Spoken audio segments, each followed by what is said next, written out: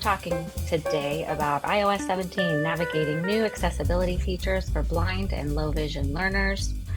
We're so glad to be here today. We are WSSB, Outreach Access Services. Let's tell you a little bit about us, Joe. Ta-da! There we are. Great. So yeah, we're from Outreach Access Services, the new statewide service branch of the Washington State School for the Blind Outreach Department. Like Krista said, we have our headshots here that we took on a bright, sunny summer day outside of the old main school building at WSSB. We're all wearing blue. And I'm on the right, I'm a man in my mid-40s, got slightly graying hair and slightly graying waving hair and a beard. And I'm a CADIS certified tech specialist. I'm also a TSVI and a certified orientation mobility specialist. Awesome. I'm Krista Bulger. I'm in the center. I'm a young woman and with short brown hair. I am also a teacher of blind and low vision learners in Washington State, as well as a CADIS certified assistive technology instructional specialist. And I enjoy working with Joe and Lee Chandler. Yes, my name is Lee Chandler. I'm on the left of the screen. I am the youngest member of the OAS Access Services team, but I also have the least hair. So I am bald with a short beard, and I am statewide assistive tech and STEM. So glad to be here with you guys. Mm-hmm. Wonderful. Okay, so what are the topics we'd like to share with you today? We'll be discussing, first off, the new Assistive Access. It's available on iOS devices. That in the case for teachers, it allows one to limit the amount of options available to a student that is presented on an iPad. We'll get more into that. Also, new detection mode features that have been added to the Magnifier app. VoiceOver, it has some updates worth discussing with you. And for users of Braille Displays, they've also made some useful enhancements to that as well. And then we are planning to wrap things up with some other accessibility topics that we think fit in nicely with what we're talking about today.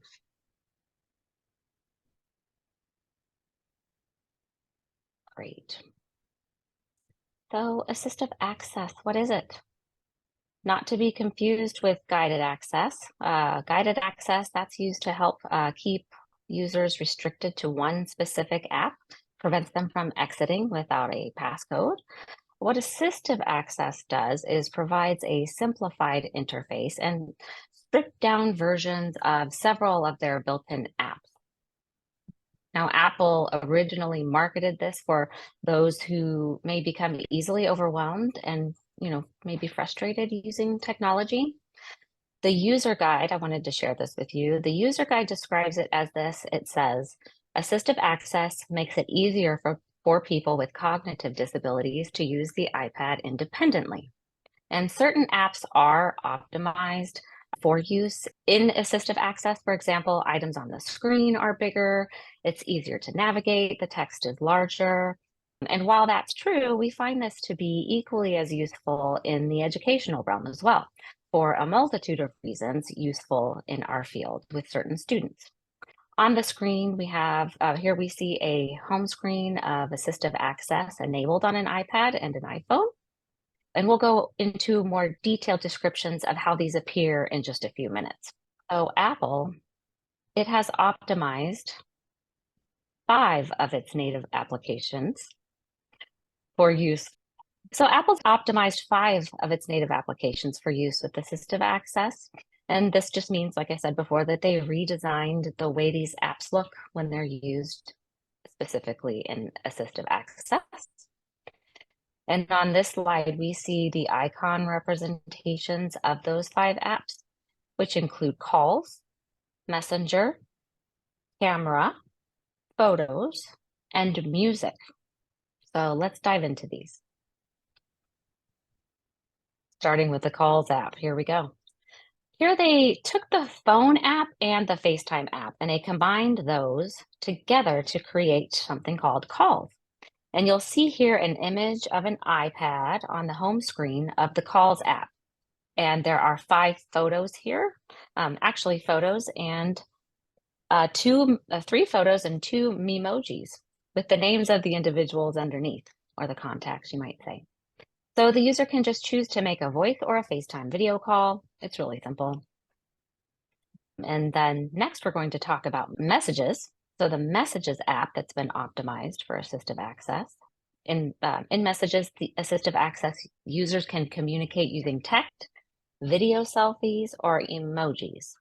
We have 2 images here on our screen. The iPad on the left shows us the choices available to use in the Messages app, which are keyboard, video selfie, emoji. You can see they're big and bright. I'm not exactly sure the size of those, but there are different color icons for the user to tap to choose which input they prefer. We have a picture of an iPad on the right, and this shows us an example of what it would look like if you chose to communicate with emojis. And we can see here a grid of 16 face emojis. They each have a different expression, and the user could tap on those and add those to their text message. So moving on, we're going to talk about the Camera app.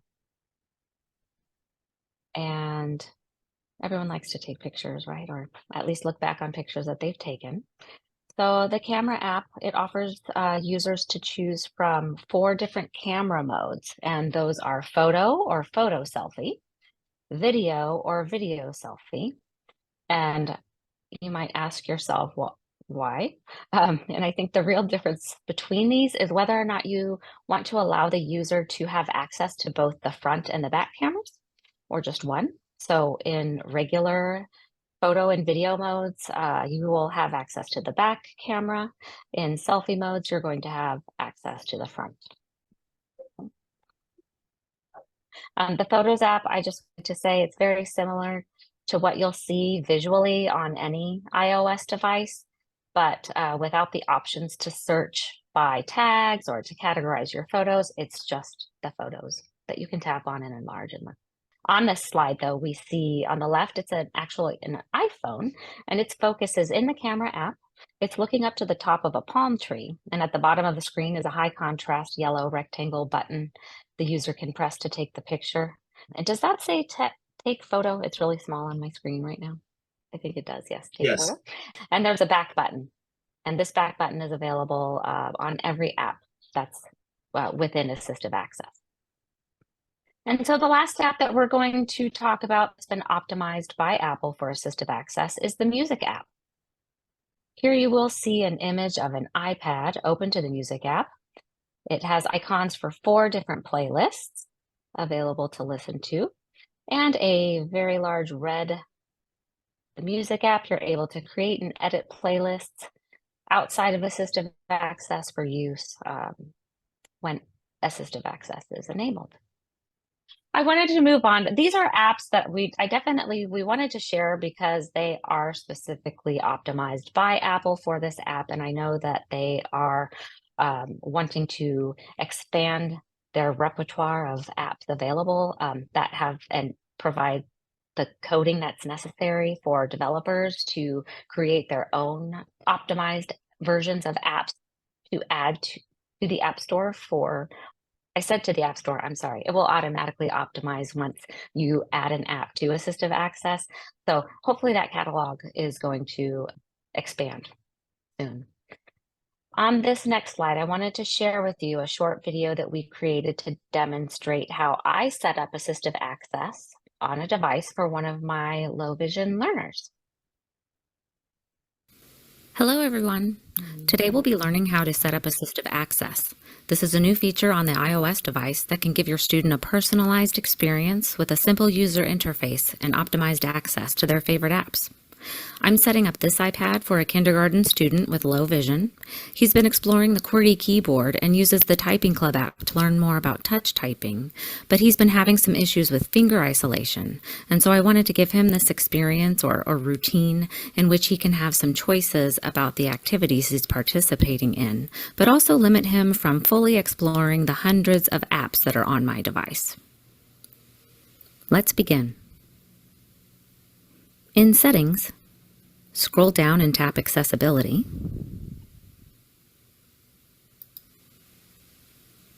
Then scroll all the way down and tap Assistive Access. Tap Set up Assistive Access, and then tap Continue to get started.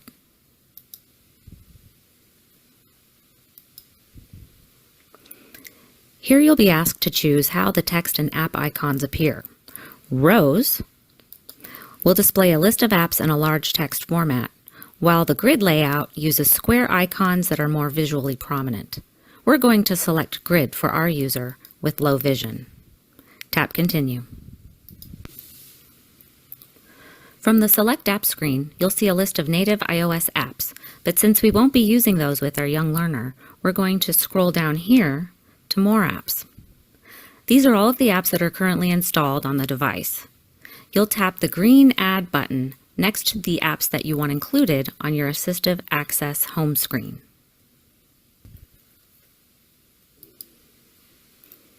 When you're done adding your selected apps, tap Continue and follow the prompts to finish the setup process. You'll be asked to create a passcode that you'll use to enter Assistive Access.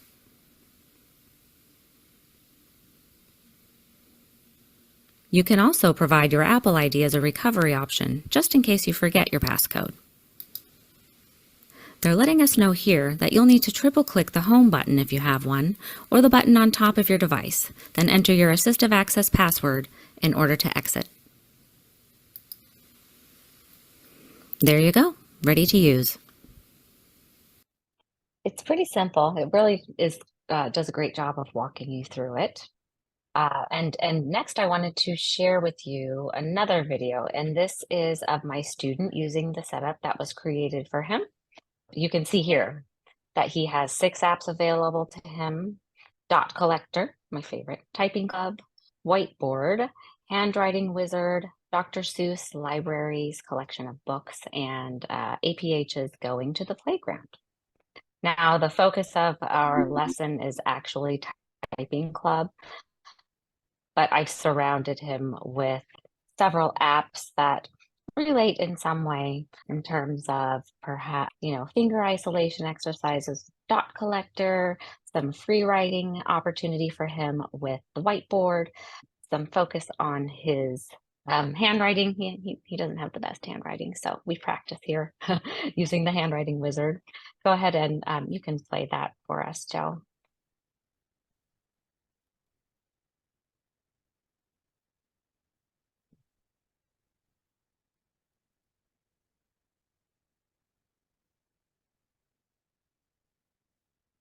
And as we're watching him, just know that these apps, none of the apps on his device are optimized for assistive access, but they still have the back button on the bottom of the screen. So this makes it really easy for students to return to the home screen. It's a nice feature.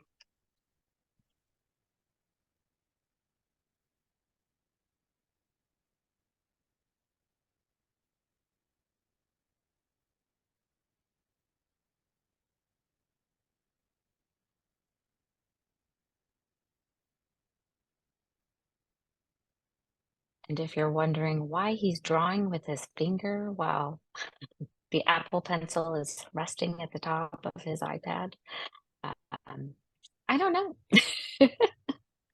We just overlooked that day. I let him have some fun. So wonderful. Thank you, Joe, for sharing that. And moving on, let's talk about the magnifier. Okay, thanks, Krista. This is Joe Dlugo again, and I'm going to chat about the magnifier for a little bit, and I've got a couple of videos for you. These are Apple videos. You may or may not have seen these already, but they're fantastic, and no need to reinvent the wheel here for this sort of thing. So the magnifier that we've come to know and love with iOS devices, well, it's still there. It's still an effective tool. However, if you have an iOS device with a LiDAR detector on the back of it, out by the camera, then you can get some new features that are pretty cool. Now, what is a LiDAR detector? It is, if you look at the back of your iPhone, if you look at the back of your iPad, you'll see something that looks like it could emit a laser beam. It's got kind of a red sheen on it. And it's not a camera, it's a detector. It does actually shoot out laser beams. It's sort of like a laser tape measure of sorts. And it can add a lot of features to magnification and computer vision apps. Computer vision would be kind of an umbrella term for things like optical character recognition or object recognition, seeing AI, Be My AI, those types of features. That's all uses a realm of computing called computer vision. So what has Apple done in this realm? They have a neat feature called detection mode, and I'll run this video for you so you can see it for yourself. Detection mode in Magnifier gives users who are blind or low vision multiple tools for navigating new environments. With iPhone or iPad with LiDAR and detection mode, you can get rich descriptions of your surroundings. There's door detection to help you navigate to a door and even get instructions for how to open it. People detection to help you know when people are nearby. And image descriptions to help you learn about scenes and objects around you. Here's how it works. We'll show you how to set up detection mode in Magnifier and how to use it. To set up detection mode, open Magnifier, then tap the Settings button. Tap Settings, then tap Insert Detection Mode to add it. To change how your iPhone lets you know when it detects something nearby, scroll down and tap People Detection, Door Detection, or Image Descriptions. Then tap to turn the following options on or off. Sounds to hear a sound play, speech to hear the distance announced, or haptics to feel haptic feedback. To hear sounds or speech, make sure your iPhone is in ring mode. If you're a VoiceOver user, you can enable detection mode by opening Magnifier, then triple tapping the screen with 4 fingers. To use detection mode, open Magnifier, then tap the Detection Mode button. Now you can customize detection mode depending on your situation by tapping People Detection, Door Detection, or Image Descriptions to turn them on. Or you can combine them by turning them all on at once. For this example, we'll turn on Door Detection. Now, you can hear how far away from a door you are. Door 11 feet away. Have any signs or labels on it read aloud. Text. Wild floor. And even get instructions for how to open it. You can combine this with people detection and image descriptions to hear even more details, like if a person is standing in front of the door and what the scene around you looks like. Person 10 feet away. Door 11 feet away. And that's how to use detection mode in Magnifier. Detection mode should not be relied on in circumstances where you may be harmed or injured or in high risk or emergency situations. So there's detection mode. You can make some good use out of that. And if you've actually used the features on, say, Seeing AI, which we'll talk about in a little bit, you might be familiar with some of those features. However, this just builds it into the iPhone. And it's nice to see Apple making those efforts to create a greater range of native accessibility features. All right, probably the biggest splash made by Apple in their Magnifier feature set this year is a feature called Point and Speak. Well, it essentially is using the magnifier to point at something and it speaks what that item is. It's the same criteria that you need to make it happen as the previous video. You need to have the LiDAR sensor. The reason why I keep humming on this LiDAR sensors for many kids' iPads that are funded by schools do not have the LiDAR sensor. One of the things you might hear from us as a tech team as we go in to visit your students is encouragement to get modern iPads, especially iPad Pros with larger screens, which makes a lot of sense with our students. But they have LiDAR sensors that can allow some of this advanced technology to be used. Point and speak, let's watch the video and you can see it for yourself. If you're blind or have low vision, you can use point and speak on your iPhone or iPad with LiDAR. Just point your finger at text to hear it read out loud, like the keypad on this touchscreen smart lock.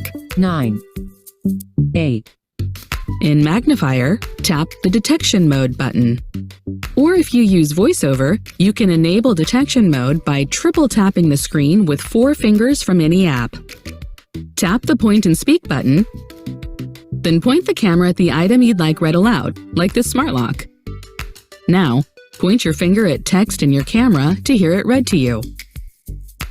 hand detected, Yale. 1, When you're finished using detection mode, tap Done. 8, 4. And that's how to use Point and Speak in Magnifier. Requires iPhone or iPad with LiDAR and the latest version of iOS or iPadOS. Not available in all countries or regions. Detection mode should not be relied on in circumstances where you may be harmed or injured or in high-risk or emergency situations. To find out more about the accessibility features on your Apple devices, subscribe to the Apple Support YouTube channel or check out our accessibility playlist to keep learning.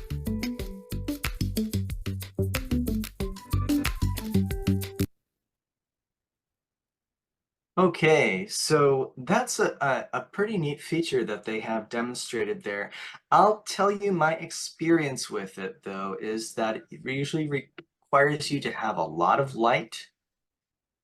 So it works a little better if you turn on the backlight of your phone or if you're in a very brightly lit room. And it works pretty good if you have patience with things. Sometimes it's slow to react. This is their first version of it, and it will likely see a lot of revision over the years. But I could see it really valuable, especially if you're looking at large groups of pictures on posters. For instance, I was testing it recently on a poster in a classroom that was titled Whales of the World. And I just held my phone back and I could see all the whales fit in there, and I pointed at each individual whale on it, and it could read the tiny print even from a bit of a distance away, the tiny print of the name of the whale. And so that was kind of fun. As you also saw, using it on the keypad, that seems to be a fairly reliable place to use it where it works pretty smoothly. So just kind of play around with that. You might be surprised at what you find as a use for a technology in the magnifier like that. Right. And I believe that it's in the newer generation of products. Well, it goes back to iPhone 12, Pro, Pro Max, availability of LiDAR, and iPad Pros. So I have an iPhone 15 and I do not have access to LiDAR. So your Pro and Pro Max versions are where it's at. Upgrade your Okay. students to pros. Right. Well, they're iPad Pro. If they have an iPad Pro, they've got what they need. Right. And next All month, right. it's very likely that iPad will be releasing a large iPad that's not a Pro version, unfortunately, but much more affordable for school districts. They'll have an iPad Air that's a 13-inch monitor. Look for it late March. Right. That's exciting. Okay. Yeah. Let's move on to enhancements available in VoiceOver. So they now have what's called per voice settings. After you've selected a voice, there's a new feature available. Like I said, it's called per voice settings. Once you've chosen your preferred voice, you can further customize it by modifying the pitch, the range, pause time between sentences, the timbre. There's so much more that you can do that you weren't able to do in the past. So there's the familiar preview button, so you can make sure you really like what you've chosen, and you can also reset it back to default if you want to just throw the voice out the window. So that's great. Per voice settings within VoiceOver. And with that said, we wanted to highlight here for those that don't already know that eloquence voices were added back in iOS 16. And eloquence, that's historically been the most popular speech synthesizer. It's pretty robotic sounding, but it has, you know, it has some human qualities to it. And it's understood at a higher rate of speech. So eloquence voices, those are what come with JAWS. That's probably what you're most familiar with, how you're most familiar with them. So those are now available on your iOS devices. The last VoiceOver enhancement that we wanted to talk about today was haptic feedback. So that's used more in conjunction with VoiceOver now to communicate things to the user, such as when the display goes to sleep, they might get a little buzz, or when an element is activated. And the other great thing about the increased use of haptic feedback here is that they can adjust, users can adjust the intensity, so they can customize that as well. And now I wanted to chat about some improvements for users who connect to their iOS devices with their Braille displays. Thank you. Let's first talk about sound curtain. So this is useful for users who wish to use their Braille display without any audio distractions. You might be familiar with the screen curtain. It darkens the screen so others can't see what VoiceOver users, what is on VoiceOver users' displays. Well, now a sound curtain mutes all sounds for Braille display users except for emergency alerts. So this provides a more organic experience for those who want to use their Braille display and not hear, you know, be distracted by iOS sounds and voices and all the fun stuff that comes with VoiceOver, right? And next we have a feature that allows users to turn Bluetooth on automatically whenever VoiceOver starts. We always have to ensure that Bluetooth is turned on when VoiceOver starts up because most Braille displays rely on Bluetooth for connectivity. But now you can set up VoiceOver to enable Bluetooth automatically each time it starts. And this also means that if a user turns Bluetooth off by accident, restarting VoiceOver will turn it back on. So we thought that was wonderful to mention. A great addition. And lastly, I wanted to talk about how you can find and launch apps directly from your Braille display. So previously, or now, you know, users they can use a VoiceOver finger gesture or space with dots 1 or 4 to navigate app by app to get to the one that they want to open. Now on your Braille display, you can press the Enter key or .8, then type the name of the app you want to open on your display and press Enter again to open it up. So that just saves some time and gets you where you want to go a lot faster. So definitely wanted to mention that. Great. Now I would like to hand it over to Lee, who's going to share with you Seeing AI, which I know a lot of us are familiar with, but worth discussing again. Yeah, thank you, Krista. This is Lee Yes. Chandler. So we're going to kind of take a step back from just the iOS stuff. We wanted to kind of highlight a couple other apps that we thought were pretty powerful and wanted to share with you.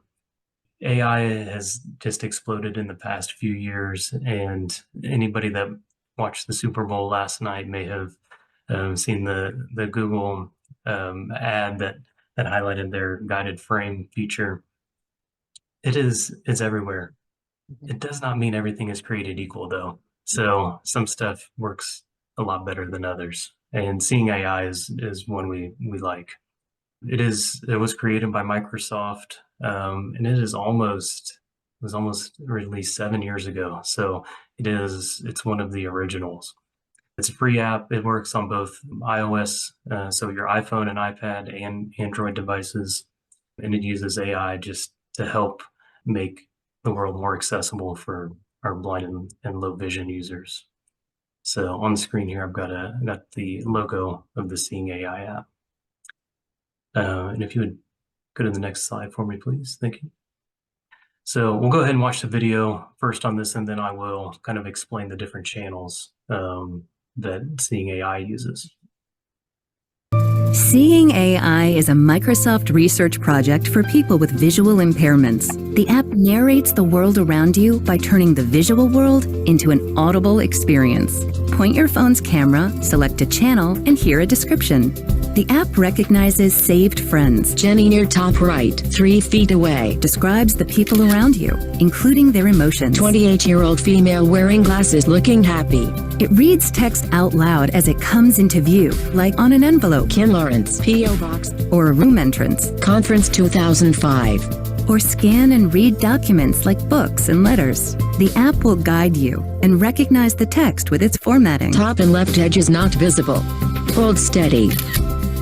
Lease agreement. This agreement When paying with cash, the app identifies currency bills. $20 US. When looking for something in your pantry or at the store, use the barcode scanner with audio cues to help you find what you want. Campbell's tomato soup. When available, hear additional product details. Heated microwave bowl on high. And even hear descriptions of images in other apps like Twitter by importing them into Seeing AI. A close-up of Bill Gates. Finally, explore our experimental features like scene descriptions to get a glimpse of the future. I think it's a young girl throwing a frisbee in the park. Experience the world around you with the Seeing AI app from Microsoft. Thank you, Bill. So you can see a lot of similarities with accessibility features in Seeing AI and with your iOS accessibility. But there are some differences. So like with the short text channel, if you have the app open, it will automatically read any text that comes into the field. And that it does work with some handwriting. Now it depends on what you're trying to decipher or not, but it works pretty well. The document channel works really well with VoiceOver and making sure you line up the document within the frame. Product, as you saw in the video, will help you locate a barcode, and it can even help pull in more information than what your camera is seeing. Now, for that feature, you would have to have internet access. Person is a fun one to play with. However, just be prepared. It told me I was older than what I really was, but it will describe how close a person is. It will tell you if they're smiling, and can give you a close guesstimate on their age. Currency, it will read US paper currency. It will also do some other foreign currency as well. It does not recognize coins, however. Color and light are pretty straightforward. And then those last three, those are marked as experimental and should be used as such. So the scene, you take a picture and it will describe that for you. And it does a pretty nice job of it. The world channel, it did not mention in the video because it's one of the newest channels that Seeing AI has put out, but it uses augmented reality. So in your live camera view, it will lay tags over objects and label them for you. So that's using the hardware, it's using LiDAR, and you can even use it to plan out routes to navigate across your room to get to a door. Handwriting, it works a little bit better than the short text channel in actually picking up handwriting, but it is another channel that it is labeled as experimental. So, but those are all great and they are kind of fun to get to know. All right, Joe, are you gonna introduce the last one? Thanks, Lee. Yeah, and actually, it's kind of a neat day. Today is Ray Kurzweil's 76th birthday, and Lee's been talking all about computer vision with seeing AI and the other computer vision apps or features that we've seen in the Apple built-in features. He's 76 years old, and he's really, you look at a list, if you go Google him, look at a list of all the things he's invented or refined, and see just what an impact he's made on our field. And what an impact our field has made actually in the world of artificial intelligence. Computer vision has evolved in large part because of giving access to individuals with blindness and low vision. And because of that, we have it making quite a splash now with all the talk about artificial intelligence. And we're starting to see some really extraordinary technologies with it. Okay, we're gonna finish off with another app that you may have heard about. It's been pretty popular lately, and for good reason. It's called ReBokeh. And ReBokeh is a company started by a woman with low vision, and she kind of characterizes herself as having moderate vision loss. So she wanted to create a really simple and effective app that could be used for people like her. And so when she's saying moderate vision loss, she cites like 20/60 to 21/50 or so. And I've had a chance to use this with some students and with vision loss in that range, and have had some really positive results. So what is ReBokeh? ReBokeh has a logo. There's 3 kind of intersecting dots of blue, green, and yellow with some modern print for ReBokeh. The R is capitalized, the B is capitalized. Bokeh, if you don't know it, if it's a photographer's term for that beautiful background that you see in wedding photos. Smooth bokeh is something that you want in a lot of photos. Sometimes you don't want it, but ReBokeh, so it's ReBokeh is actually RE is a reference to the owner's name, which is actually Rebecca.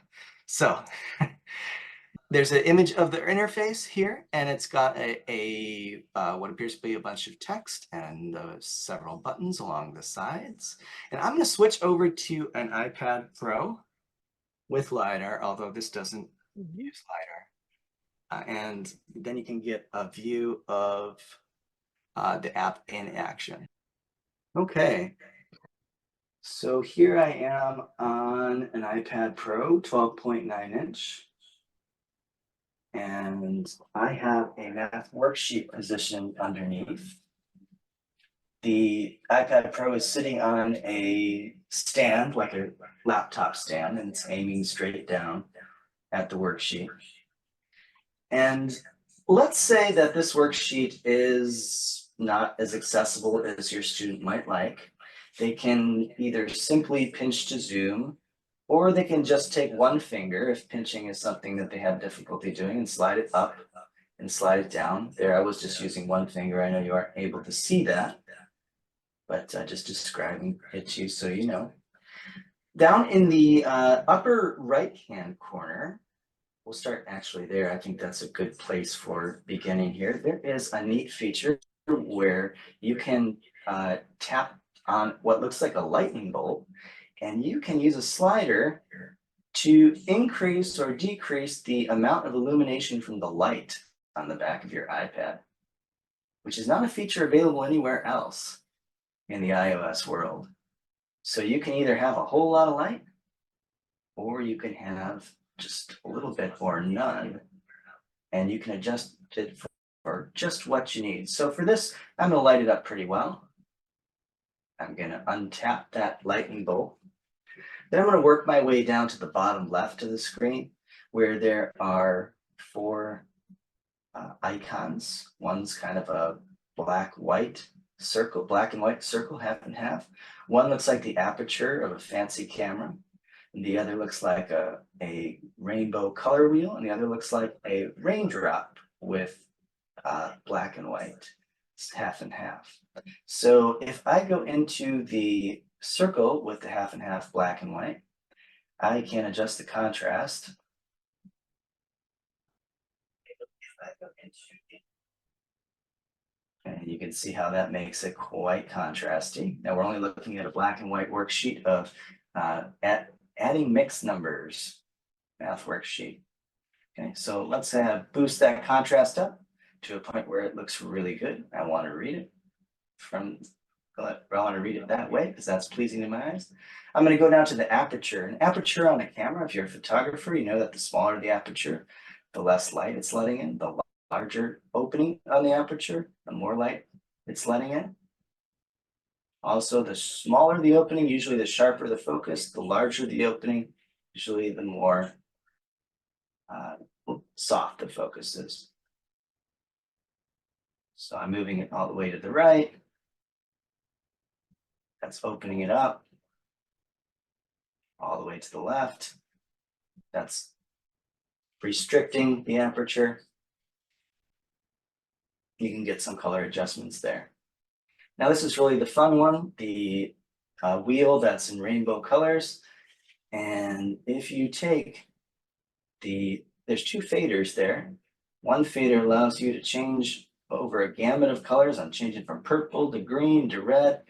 And the other fader increases the intensity of each color. So the bottom fader takes you through the RGB color spectrum, starting kind of like with the orangey, then a yellow, green, blues, purple, red. And up on the top, you can kind of mix it to the exact color intensity you want. So if I move one fader all the way to the left, it gives me like super like blood red. If I move it all the way to the right, it gives me sort of a washed out red, like pink. Okay. And then the raindrop has all different pre-programmed color combinations that you would be used to find, that you're used to finding on many of the of video magnifiers that you might use, like the very famous blue on yellow, or yellow on black. It's like very famous blue on yellow. And also invert the colors. So this is the Pro version, which is a $3 a month subscription. There's also a free version with many of the features here. The Pro version allows you to take photos and adjust those photos using the same features that are built in here. So if you just want to use it to take a quick photo, and then then you'll be able to reference that photo later by applying the filters that I just showed you. This also works for both the front and back camera. In the upper left, there's an icon for that, so you can change colors to make things more visible, even if you're doing a selfie, or if you're doing your makeup or grooming. That might come in handy to add a little contrast. So there's ReBokeh. I wanted to add that we have dropped some resource links. Those were added to the chat earlier. If you don't know, Apple has a fabulous online presence in regard to assistance with how to use different features of their products. And we've included the Assistive Access user guide, a link to the accessibility support part of their website, and also a link to their YouTube channel. I would highly recommend that you subscribe to that. It's called Apple Support, and it's relatively updated, and they just drop short videos in there to describe. Actually, we played 2 of them today when we were discussing the Magnifier app, and they drop videos in there to describe new features all the time. Very easy to use. And I see Lee has also dropped a link to our websites within the WSSB world website, wssb.wa.gov, and Outreach Access Services. And one thing also, we were wondering if anyone has any questions. We've given you a lot of information today. I'm sure you're familiar with some of it. We were happy to review it and just kind of walk through some of these features. I know it's hard. A lot of us don't have the time. We hear about these new and exciting features, but we don't have a chance to really, sometimes we don't have a chance to take the time to really familiarize ourselves with it. So we hope that we gave you some food for thought today and that you might check these out. And Joe, thank you for sharing ReBokeh with us, because that was one that I have been meaning to spend more time with. And then great app, access a nice near magnifier, and if your student has that moderate vision loss, it can work as a distance magnifier as well. Right. All right, then. We thank you so much for being with us today.